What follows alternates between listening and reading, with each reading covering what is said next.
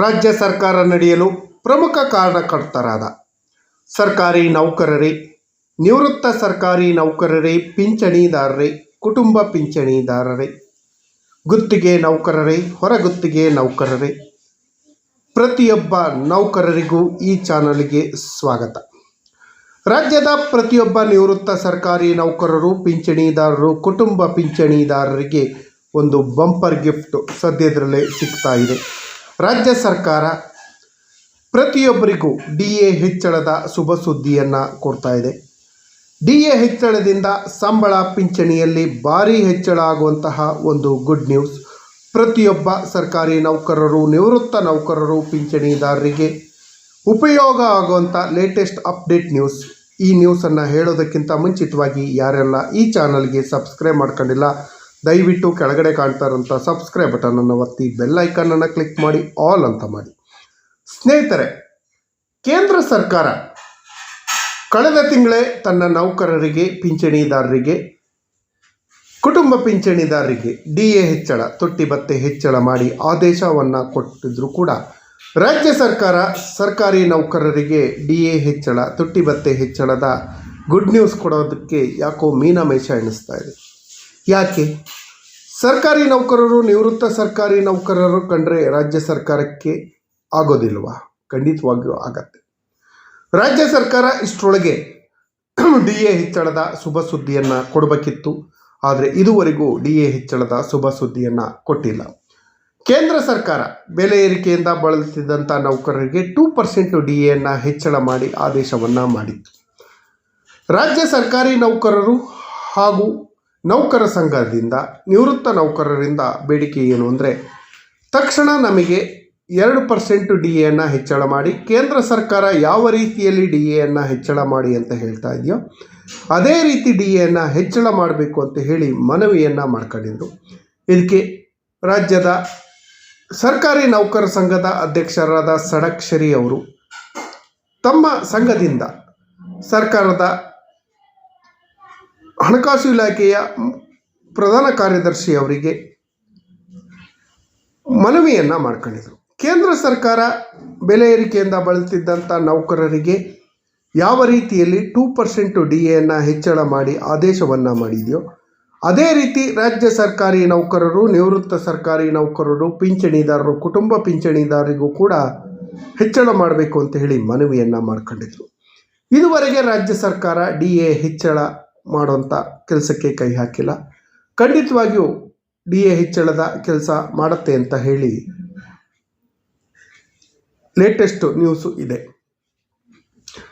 ಕೆಲವೊಬ್ಬರ ವಾದದ ಪ್ರಕಾರ ನಾಳೆ ವಿಧಾನಸಭೆಯ ಉಪಚುನಾವಣೆಯ ಫಲಿತಾಂಶ ಬರುತ್ತೆ. ಫಲಿತಾಂಶ ಬಂದ ನಂತರ ಮಂಗಳವಾರ ಅಥವಾ ಬುಧವಾರ ರಾಜ್ಯ ಸರ್ಕಾರ ತನ್ನ ನೌಕರರಿಗೆ ಹಾಗೂ ಪಿಂಚಣಿದಾರರಿಗೆ 2% DAಯನ್ನು ಹೆಚ್ಚಳ ಮಾಡಿ ಆದೇಶ ಮಾಡುತ್ತೆ ಅನ್ನೋ ಒಂದು ನ್ಯೂಸ್ ಬರ್ತಾ ಇದೆ. ಚುನಾವಣಾ ನೀತಿ ಸಂಹಿತೆಯೇ ಅಡ್ಡ ಬರುತ್ತೆ ಅನ್ನೋದು ಕಾರಣ ಅಲ್ಲ. ಯಾಕೆ ಅಂದರೆ ಕೇಂದ್ರ ಸರ್ಕಾರ ಚುನಾವಣಾ ನೀತಿ ಸಂಹಿತೆ ಚುನಾವಣೆ ಇದ್ದಾಗಲೇ ನೌಕರರಿಗೆ, ಪಿಂಚಣಿದಾರರಿಗೆ 2% DAಯನ್ನು ಹೆಚ್ಚಳ ಮಾಡಿ ಆದೇಶವನ್ನು ಮಾಡಿತ್ತು. ಆದರೆ ರಾಜ್ಯ ಸರ್ಕಾರ ಇದುವರೆಗೂ ಯಾಕೆ ಮಾಡ್ತಾ ಇಲ್ಲ? ನೌಕರ ಸಂಘಗಳು ಒತ್ತಾಯ ಮಾಡ್ತಾ ಇಲ್ವಾ? ಖಂಡಿತವಾಗ್ಲೂ ಒತ್ತಾಯ ಮಾಡ್ತಾ ಇದೆ. ಆದರೆ ನೌಕರ ಸಂಘದ ವಿಚಾರದಲ್ಲಿ ನಾವು ಹೇಳೋದು ಏನಂದರೆ, ಇಲಾಖೆಗೆ 1-2 ನೌಕರ ಸಂಘಗಳಾಗಿದ್ದಾವೆ. ಎಲ್ಲ ನೌಕರ ಸಂಘದಲ್ಲಿ ಒಗ್ಗಟ್ಟಿಲ್ಲ ಅಂತ ಇದರಿಂದ ಕಾಣಿಸುತ್ತೆ. ನೌಕರರು ಮನಸ್ಸು ಮಾಡಿದ್ರೆ ಏನು ಬೇಕಾದರೂ ಮಾಡ್ಬೋದು. ಹಿಂದಿನ ಅಧ್ಯಕ್ಷರು, ಉದಾಹರಣೆಗೆ ನಾವು ಹೇಳಬೇಕು ಅಂದರೆ ಸಿಪ್ಪೇಗೌಡರ ಕಾಲದಲ್ಲಿ ಸರ್ಕಾರಿ ನೌಕರರಿಗೆ ಬರಬೇಕಾದಂತಹ ಎಲ್ಲ ಸೌಲಭ್ಯಗಳಿಗಾಗಿ ಯಾವ ರೀತಿಯಲ್ಲಿ ಹೋರಾಟವನ್ನಾದರೂ ಮಾಡಿ ಅದನ್ನು ಪಡ್ಕೊಳ್ಳೋಂತಹ ನೌಕರ ಸಂಘದ ಅಧ್ಯಕ್ಷರನ್ನು ನೋಡಿದ್ದೀವಿ.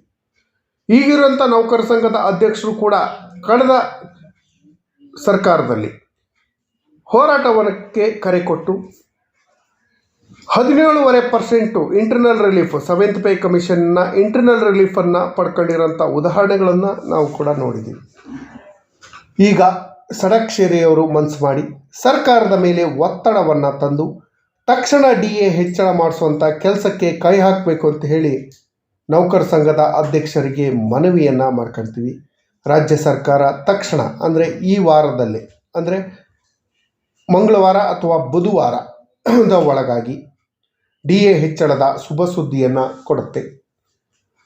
ಎರಡು ಸಾಧ್ಯತೆಗಳಿದೆ. ಎಷ್ಟು ಪರ್ಸೆಂಟು DA ಹೆಚ್ಚಳ ಆಗ್ಬೋದು ಅನ್ನೋದ್ರ ಬಗ್ಗೆ ಎರಡು ಸಾಧ್ಯತೆಗಳಿದೆ. ಒಂದು, ಕೇಂದ್ರ ಸರ್ಕಾರ ನೀಡಿರುವಂಥ 2% DAಯನ್ನು ಯಥಾವತ್ತಾಗಿ ಜಾರಿ ಮಾಡಬಹುದು, ಅಥವಾ 7th ಪೇ ಕಮಿಷನ್ನ ರೆಕಮೆಂಡೇಶನ್ ಆಧಾರದಲ್ಲಿ ಕೇಂದ್ರ ಸರ್ಕಾರ ನೀಡಿರುವಂಥ 1% DAಗೆ ರಾಜ್ಯ ಸರ್ಕಾರ 0.722% ಅಂದರೆ 1.5% ಕೊಡ್ಬೋದು.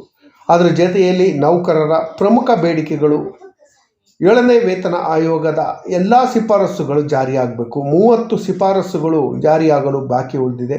ಆ ಎಲ್ಲ ಶಿಫಾರಸುಗಳನ್ನು ಜಾರಿ ಮಾಡಬೇಕು ಅನ್ನೋದು ಕೂಡ ಮನವಿ. ಅದರಲ್ಲಿ ಪ್ರಮುಖವಾಗಿ DA ಹೆಚ್ಚಳಕ್ಕೆ ಸಂಬಂಧಪಟ್ಟ ಹಾಗೆ ಕೇಂದ್ರ ಸರ್ಕಾರ ಎಷ್ಟು % DA ಕೊಡುತ್ತೋ ಆ DAಯನ್ನು ರಾಜ್ಯ ಸರ್ಕಾರಿ ನೌಕರರು ಪಿಂಚಣಿದಾರಿಗೂ ಕೂಡ ಕೊಡಬೇಕು ಅನ್ನೋದು ಮನವಿ. ಈ ಮಾಹಿತಿಗಳು ತಮಗೆಲ್ಲರಿಗೂ ಇಷ್ಟ ಆಗಿದ್ದರೆ ಈ ಚಾನಲ್ಗೆ ಸಬ್ಸ್ಕ್ರೈಬ್ ಮಾಡಿಕೊಂಡು ಬೆಂಬಲಿಸಿ. ನಿಮ್ಮ ಪರವಾಗಿ ಹೋರಾಟವನ್ನು ಮಾಡುವಂಥ ಕೆಲಸವನ್ನು ಮಾಡ್ತಾಯಿದ್ದೀವಿ. ಸ್ನೇಹಿತರೆ, ಈ ವಾರದ ಕೊನೆಯ ಒಳಗಾಗಿ DA ಹೆಚ್ಚಳ ಆಗದೇನೆ ಇದ್ದರೆ ಮತ್ತೆ ಸರ್ಕಾರದಲ್ಲಿ ಮನವಿಯನ್ನು ಮಾಡಿಕೊಂಡು ಯಾವ ರೀತಿಯಲ್ಲಿ DAಯನ್ನು ಹೆಚ್ಚಳವನ್ನು ಮಾಡ್ಕೊಬೇಕು ಅನ್ನೋದ್ರ ಕೂಡ ನಾವು ಹೋರಾಟವನ್ನು ರೂಪಿಸ್ತಾ ಇದ್ದೀವಿ. ಈ ಹೋರಾಟಕ್ಕೆ ಪ್ರತಿಯೊಬ್ಬರೂ ಕೂಡ ಬೆಂಬಲಿಸಿ. ಸರ್ಕಾರ ನಮ್ಮ ಎಲ್ಲ ಸಮಸ್ಯೆಗಳಿಗೆ ಸ್ಪಂದಿಸುವಂಥ ಕೆಲಸಕ್ಕೆ ಕೈ ಹಾಕೋಕ್ಕೆ ನಿಮ್ಮೆಲ್ಲರ ಸಹಕಾರ ಅತ್ಯಂತ ಅವಶ್ಯಕ. ನಿಮ್ಮೆಲ್ಲರ ಸಹಕಾರದ ಸೂಚಕವಾಗಿ ಈ ಚಾನಲ್ಗೆ ಒಂದು ಸಬ್ಸ್ಕ್ರೈಬ್ ಬಟನನ್ನು ಒತ್ತಿ ಬೆಲ್ಲೈಕಾನನ್ನು ಕ್ಲಿಕ್ ಮಾಡಿ. ಖಂಡಿತವಾಗಿಯೂ ಈ ತಿಂಗಳ ಅಂತ್ಯದ ಒಳಗೆ ಅಲ್ಲ, ಈ ವಾರದ ಅಂತ್ಯದ ಒಳಗಾಗಿ DA ಹೆಚ್ಚಳದ ಶುಭ ಸುದ್ದಿ ಸಿಗತ್ತೆ. ಪ್ರತಿ ವರ್ಷ ಕೇಂದ್ರ ಸರ್ಕಾರ ಮಾರ್ಚ್ ತಿಂಗಳಲ್ಲೇ DAಯನ್ನು ಹೆಚ್ಚಳ ಮಾಡ್ತಾ ಇತ್ತು, ಆದರೆ ಈ ಸಲ ಲೇಟ್ ಆಗಿತ್ತು. ಹಾಗಾಗಿ ರಾಜ್ಯ ಸರ್ಕಾರ ಕೂಡ ಲೇಟ್ ಆಗ್ತಾ ಇದೆ. ದಯವಿಟ್ಟು ಸಬ್ಸ್ಕ್ರೈಬ್ ಮಾಡಿ.